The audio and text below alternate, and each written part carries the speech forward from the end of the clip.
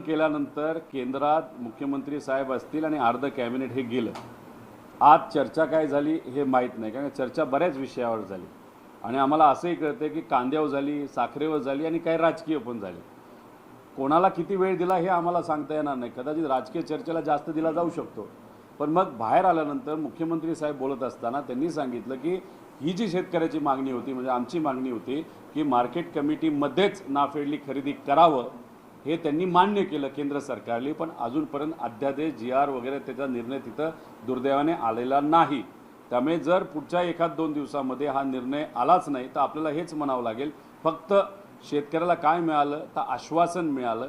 आश्वासनाच्या माध्यमातून तोंडाला पानं पुसली एवढंच त्या ठिकाणी आपल्याला म्हणावं लागेल. वळसे पाटलांनी असं म्हटलंय, आंदोलनाच्या ऐवजी तुम्ही कुठेही सांगा तिथे बैठक घेऊन चर्चा करून यातनं मार्ग काढावा असं सुद्धा म्हटलं. मुंबई पुणे कुठेही म्हणा तुमच्या आंदोलनासोबत आम्ही शेतकऱ्यांसोबत आहे, शेतकऱ्यांना न्याय मिळाला पाहिजे, फक्त तुम्ही ज्या ठिकाणी सांगाल त्या ठिकाणी आम्ही चर्चेला तयार आहोत. मला त्यांना एवढंच सांगायचं, तुम्ही सत्तेत आहात, तुम्ही सत्ताधारी आहात, त्यामुळे आमच्यापेक्षा तुमचं जरासं सोपं आहे. आम्हाला असंही कळलं होतं की तुम्ही दिल्लीला बैठकीत होता. दिल्लीला जर बैठकीत होता मग 24 रुपयाच्या बाबतीत तुम्ही बोलला का? मग 24 रुपयाचा रेट हा लागू होणार आहे का? 10 लाख टन कांदा हा जो घेतला जाणार आहे तो कधीपासून घेतला जाणार आहे? तो अख्ख्या महाराष्ट्रात घेतला जाणार आहे का फक्त एकाच जिल्ह्यामध्ये घेतला जाणार आहे? त्याच्याचबरोबर मार्केट कमिटीमध्ये खरेदी आत्तापर्यंत का सुरू झालेली नाही? विषय एवढाच असतो की आपल्याला लढावं लागतं, आपल्याला सामान्य लोकांच्या हक्कासाठी रस्त्यावर उतरावं लागतं.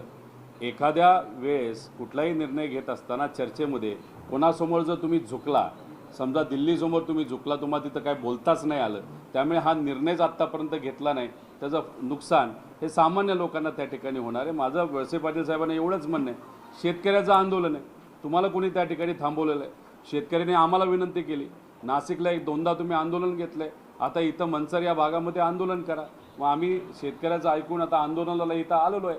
आता तुम्ही मुंबईत पुण्यात AC मध्ये बसण्यापेक्षा उन्हात एकदा आपण चर्चा करू, लोक काय म्हणतात हे तुम्ही त्या ठिकाणी ऐका. आम्हाला काही राजकीय इथं विरोध करायचा नाही, की हा लढा आमचा राजकीय नाही, हा लढा आमच्या शेतकऱ्याचा आहे.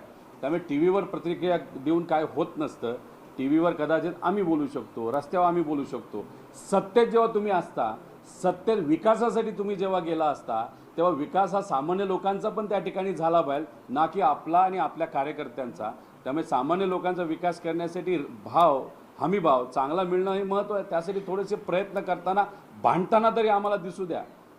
आत्ता MLC इलेक्शनमध्ये तिकीटं मिळावी यासाठी आम्ही भांडण बघितलं, आम्ही बाजार झालेला त्या ठिकाणी बघितला, साध्या कार्यकर्त्यांना बाजूला ठेवून पैशावाल्या लोकांना तिकीटं देताना आम्ही बघितलं, करोड रुपयाची उलाढाल झाली हेही आम्हाला समजलं.